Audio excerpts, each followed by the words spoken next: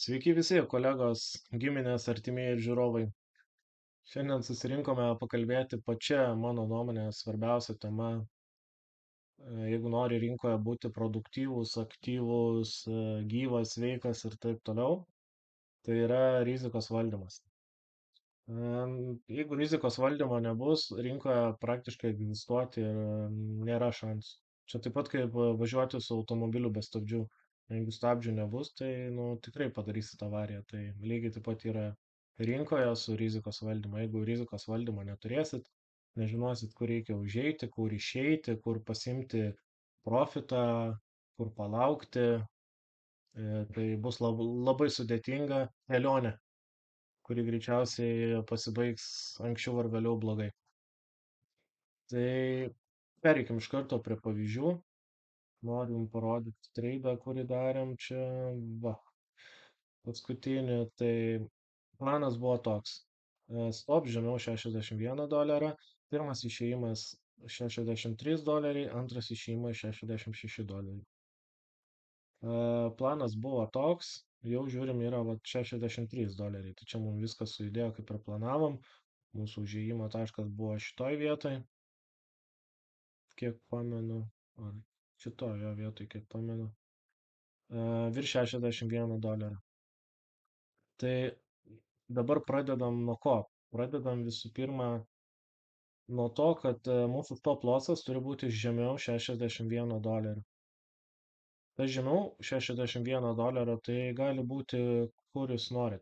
Kiti matys čia, kad reikia dėti stop lossą, kiti sakys, va čia po šito žvakę reikia dėti, kiti sakys, reikia dėti ant 98-99 centų. Tai čia nuo kiekvieno strategijos priklauso. Aš šiaip mėgstu dėti stop, duoti darbiškai erdvės ir dėti ties kokio 80 centų. Būtų mano dėjimas. Tai va čia būtų mano stop lossas. Tai galim pasižymėti, kad mūsų stop žemiau $1. Tai va. Mūsų pirmas profit skaičiuojamas taip. Risk rewardas minimalus 1:2. Ką tai reiškia? Kad jeigu mes rizikuojame 50 centų, mes turime uždirbti eurą. Kaip tai atrodo vizualiai? Atrodo taip. Čia, jeigu mūsų stop 60-50, mes turime uždirbti 1:2, tai bus 62.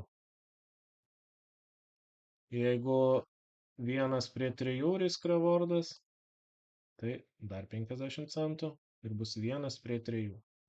Nu, čia, manau, viskas kaip ir aišku, esate jau su to tikrai susidūrę, bet ir su kuo dar yra visi susidūrę, greičiausiai ir jūs, kaip užsidedat stop lossą žemiau, kaina pradeda kristi ir jūs galvojat, dar biškį stopą perkelsiu. Kaina žiūri jau pramušė lygį, jau čia kaip ir reikėtų išeidinėti iš pozicijos, bet galvojat, ta akcija tokia gera, reikia stopą dar patraukti į apačią. Ir tada jau įsijungia viltis. Ir kai įsijungia viltis, negali būti nieko blogiau, nes greičiausiai būna taip, kad stopą arba išvis nuimat, arba stopą uždedat va čia už žemiau, o čia va kaina juda, jau prieš trendą jūsų jau čia visiškai, o jūs va čia užsidėjo stopą ir jums galiausiai vis tiek išmuša tą stopą. Ir jūs po to sėdit ir galvojat, reikėjo čia užeiti, kur išeiti, kur buvau suplanavęs ir kur buvo mano pirmasis išėjimo taškas, jeigu akcija paeis ne į tą pusę, į kurią aš noriu. Kodėl aš visą tai pasakoju? Nes aš lygiai taip pat čia buvau. Ir lygiai taip pat kovojau su savo disciplina, nors galvoju, kad esu labai disciplinuotas žmogus. Bet dėja, akcijų rinka yra negailestinga, įsijungia kiti psichologiniai smegenų pusrutulis kitas, įsijungia kiti psichologiniai dalykai ir tu tada pradedi jau daryti nesąmonės, kaip sakau. Tai va, tai mūsų risk rewardas, mano asmeniškai, aš jau pats pas savo patirtį, visada turi būti, tai turi uždirbti dolerį, jeigu rinkuoja 5 centų.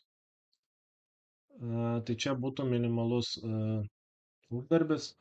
Su šiuo uždarbiu tu realiai gali, turėdamas 40-50% sėkmingų treidų, būti geram profitability, uždirbti pinigų.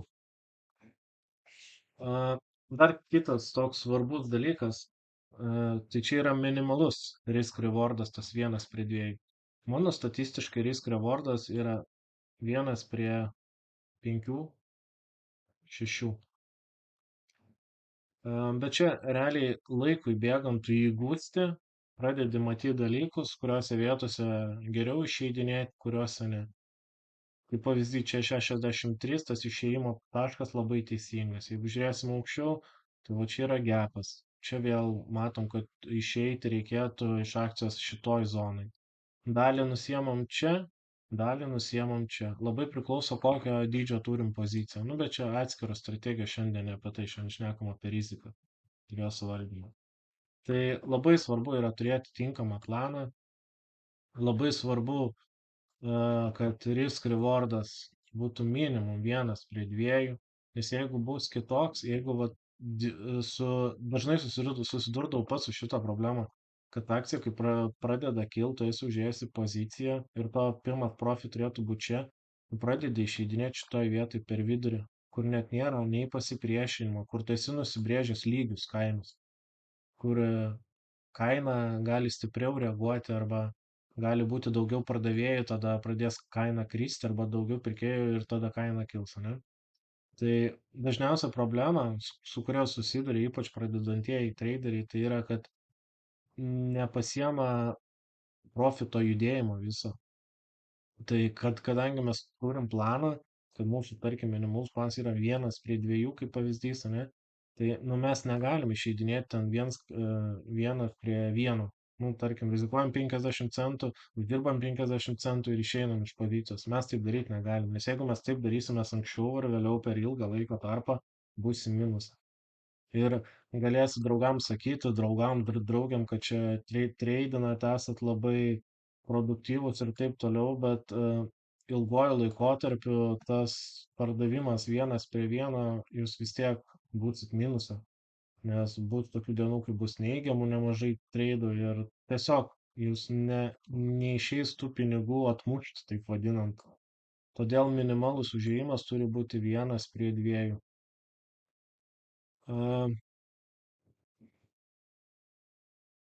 Tai va, kolektyvas, tai ką labai rekomenduoju, tai kiekvienam pasidaryti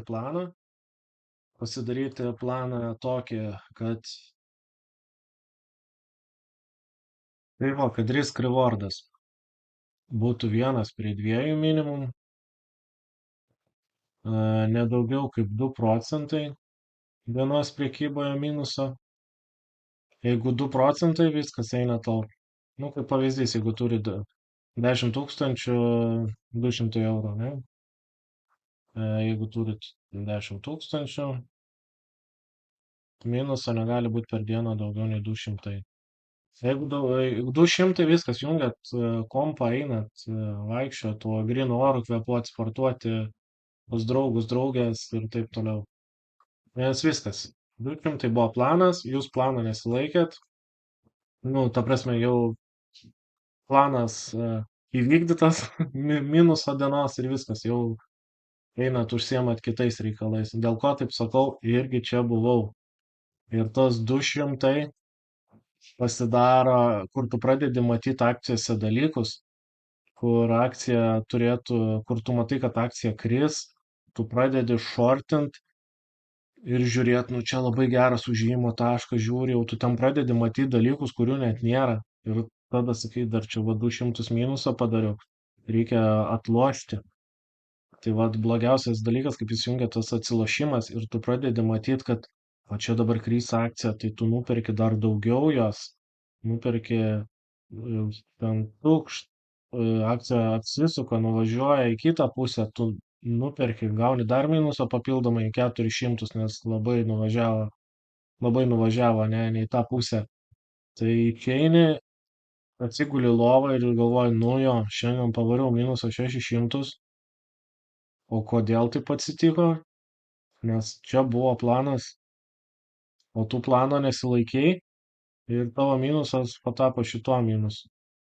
Ir tada labai sunkiai būna kita dienos prekyba, nes tavo smegenys galvoja, kad tu turi viską čia ir dabar atmušinėti, kad turi tuos 600 atidirbti kitą dieną.